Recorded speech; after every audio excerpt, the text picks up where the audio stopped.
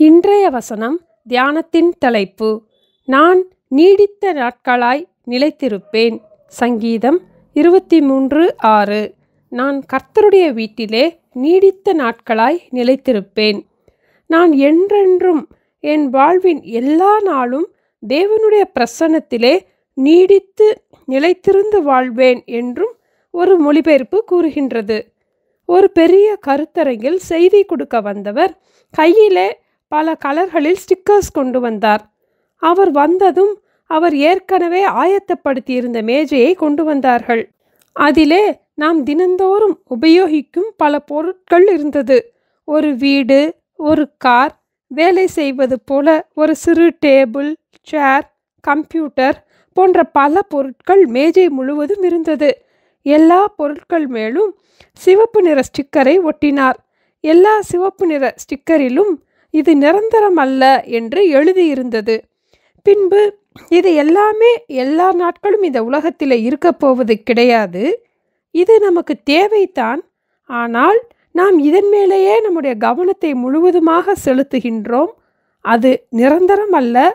நிரந்தரம் அல்லாததை தேடி போகும்போது அதனால் கிடைக்கும் திருப்தியும் நிரந்தரமில்லாமல் இருக்கும்.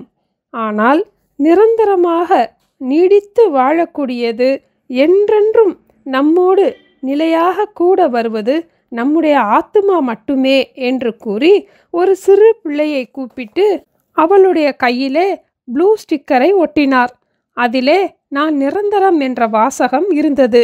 அந்த கருத்தரங்கில் வந்த எல்லோருக்கும் நான் நிரந்தரம் என்ற ப்ளூ ஸ்டிக்கரை கொடுத்தார்.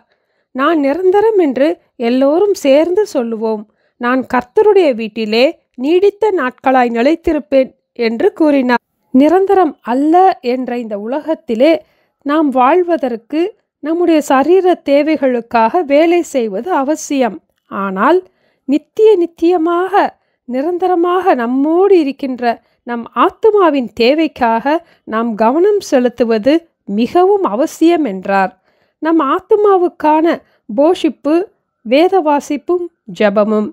வேதத்தை வாசிக்கும் போது ஆண்டவர் நம்மோடு பேசுகிறார். ஜெபிக்கும் போது நாம் ஆண்டவரிடம் பேசுகிறோம். நாம் தேவனோடு கொண்டுள்ள ஐக்கியம் நிரந்தரமானது. இந்த ஐக்கியத்திலே நாம் நிலைத்திருப்போம். நான் கர்த்தருடைய வீட்டிலே நீடித்த நாட்களாய் நிலைத்திருப்பேன். ஜெபிப்போமா?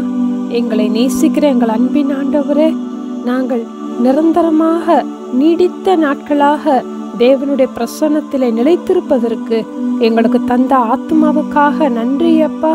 ஒவ்வொரு நாளும் நாங்கள் ஆண்டவரிலே நிலைத்திருப்பதற்கு வேதத்தை வாசிக்கவும் ஜெபிக்கவும் உங்களுக்கு பிரியமாய் நடக்கவும் எங்களுக்கு போதித்து நடத்த வேண்டுமாய் இயேசுவின் நாமத்தில் ஜெபிக்கிறோம் பிதாவே, ஆமேன்.